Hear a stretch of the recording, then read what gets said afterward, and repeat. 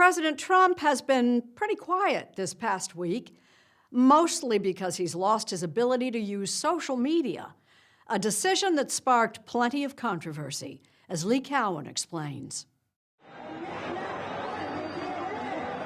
A decade ago, this very month, in Cairo's Tahrir Square, social media was being praised. Its role as an organizing tool during those pro-democracy rallies had many calling the Arab Spring the Facebook revolution instead. But for all its glowing promise, we quickly learned that social media is only as good as how it's used.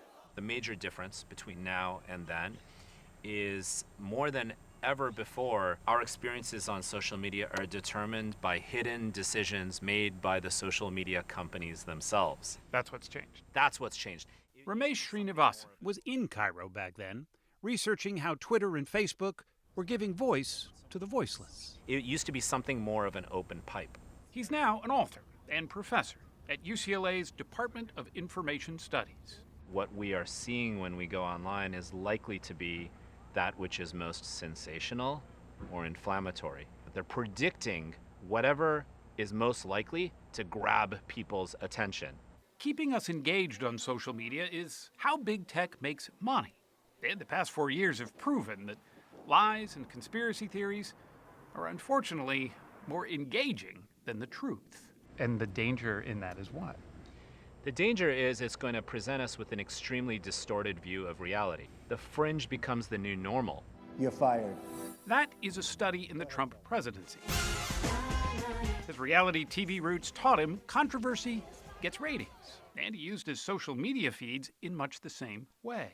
No one has a bigger bully pulpit than the President of the United States, and no one before Mr. Trump used it with such abandon online.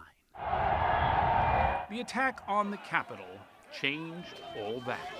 After years of defending his presence on their platforms, Facebook, Twitter, YouTube, and other social media giants booted Mr. Trump, claiming he incited a riot. Amazon removed an entire site from its servers, Parler, which had become the place favored by many conservatives. Deplatformed was a word we learned a lot about this past week. I think big tech has made a terrible mistake and very, very bad for our country. They shouldn't be doing it, but there's always a counter move when they do that. While many applauded the move, the precedent of shutting out the leader of the free world made many people uncomfortable too. It's a huge power to wield, one that is currently held in the hands of a very few. It's not a new argument. The CEOs of the major tech companies have been called on the carpet before. Who the hell elected you and put you in charge of what the media are allowed to report and what the American people are allowed to hear? So you won't take down lies or you will take down lies? I think it's just a pretty simple yes or no. But claiming big tech is running afoul of the First Amendment by deplatforming those it deems harmful may be missing the larger point.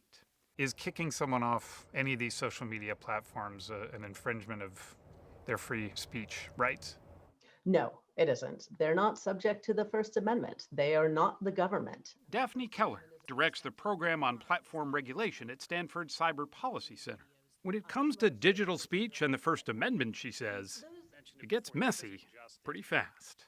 This isn't just a free speech argument on the part of the users, it's also a free speech argument on the part of the providers as well, right? People who want to sue platforms and force them to carry speech they don't want to have a double First Amendment problem.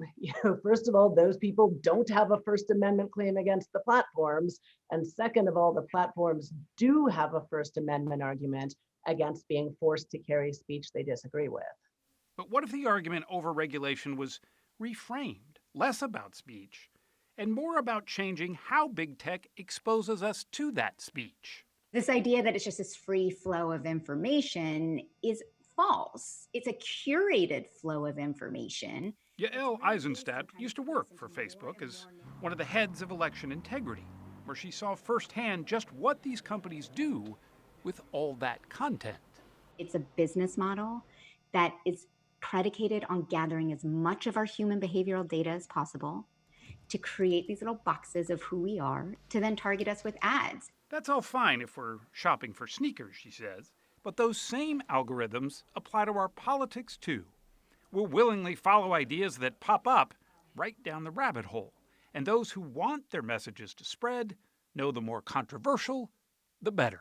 I don't think that Mark Zuckerberg set out with the idea that I want to create a platform where the most outrageous, salacious, hate-filled speech wins. I don't think that was his goal. But instead of holding the platform responsible for what somebody posts, it's the tools that I want them held responsible for, not the actual speech on the platform, except for, of course, if the speech breaks the law.